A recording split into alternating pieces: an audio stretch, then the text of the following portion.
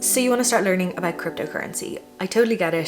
Cryptocurrency is all over the news at the moment. We're all hearing about how high Bitcoin is going, how much it's going to grow in the future, potentially a little bit nervous about some of the other reports saying that Bitcoin is worth nothing, and you just want to know a little bit more about it. I totally get it. I started learning about cryptocurrency back in 2014, 2015.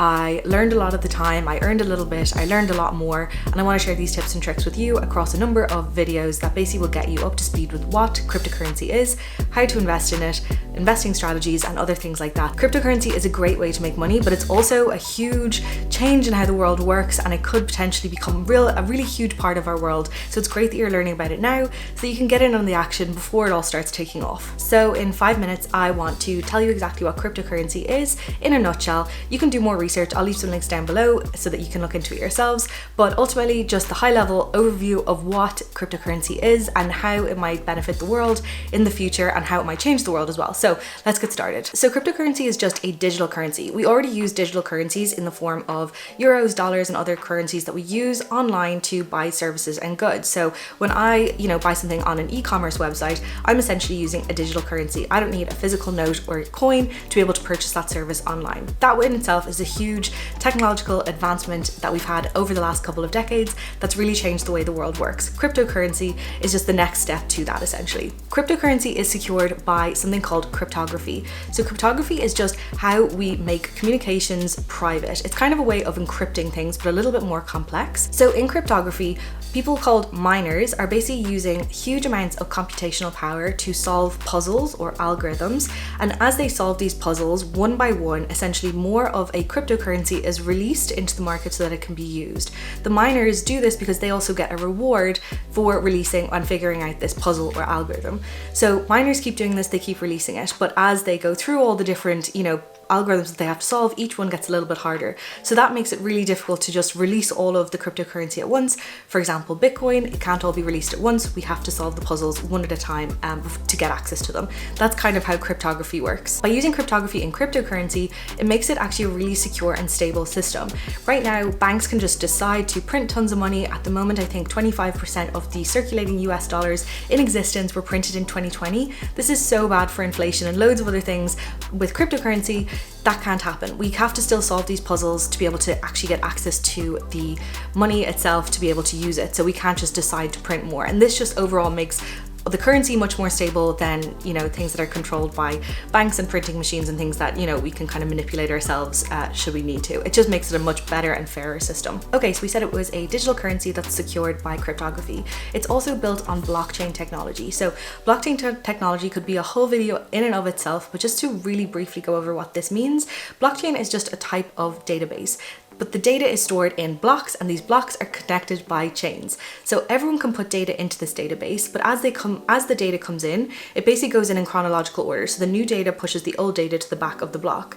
Everyone owns part of this block, so everyone has access to it. Everyone can see all the transactions that are going on in the ledger, which is just a list of all the transactions. Although we can't see who exactly has made the transactions, we can see what transactions have happened.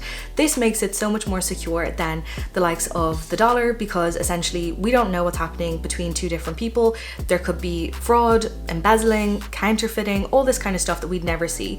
So overall, it's just, as I said, blocks storing data in chronological order. That makes it really secure, and it also makes it a lot more transparent because everyone, as I said, can see all of the transactions. Although they can't see who made the transactions, they can see all of the transactions that happened for any given period of time on this blockchain ledger. Okay, and the last word that I want to talk about is the word decentralized. So cryptocurrencies are generally decentralized. Not all of them are, but many of them are. So a decentralized system is essentially just something that is not owned by one person or one group.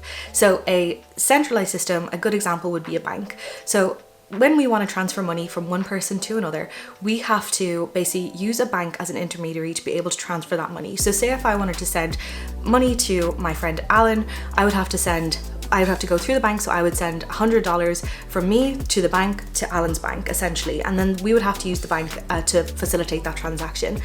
The bank takes a bit of money for that transaction. It also takes money to store our money, and overall it's just taking little pieces of that because they've essentially enabled the service, and that's why they can charge for it. In a decentralized system, I can send money directly to Alan. I don't need this bank in the middle. I can just send it straight to him using blockchain technology, and that just means that I don't have to pay those little fees that the banks add on for using their service essentially.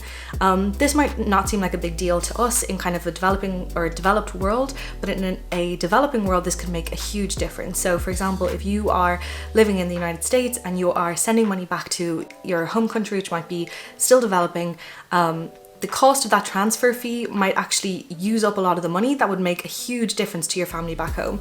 And so by not having to pay those transfer fees, you are essentially giving your family maybe a week's worth of food, and that could make all the difference in the world to them. So removing the bank in this situation is actually a good thing, and it means that we have more control over our money, over our spending, and because again we're using blockchain technology, it's extremely secure and transparent. So overall, really good. Okay, so just to wrap all that up again, so a digital currency, essentially just online, that uses cryptography, which is just a way of securing the information, on the blockchain, which is blocks of data that are secure and transparent, and it's decentralized, which essentially means that nobody owns it and we have control ourselves as individuals to make that transaction. It means that everyone has control of their own money, of their own, way they want to spend it or send it or anything they want to do, and this just makes it a lot better, especially for people in the developing world, but also for everyone else as well, because again, it just gives us back control of our own money. So that's what a cryptocurrency essentially is. I know it's a lot, it's probably a lot to take in. It will all make sense as we move through the next few videos. I hope you'll stick around and watch. I hope you'll subscribe and like this video. YouTube generally kind of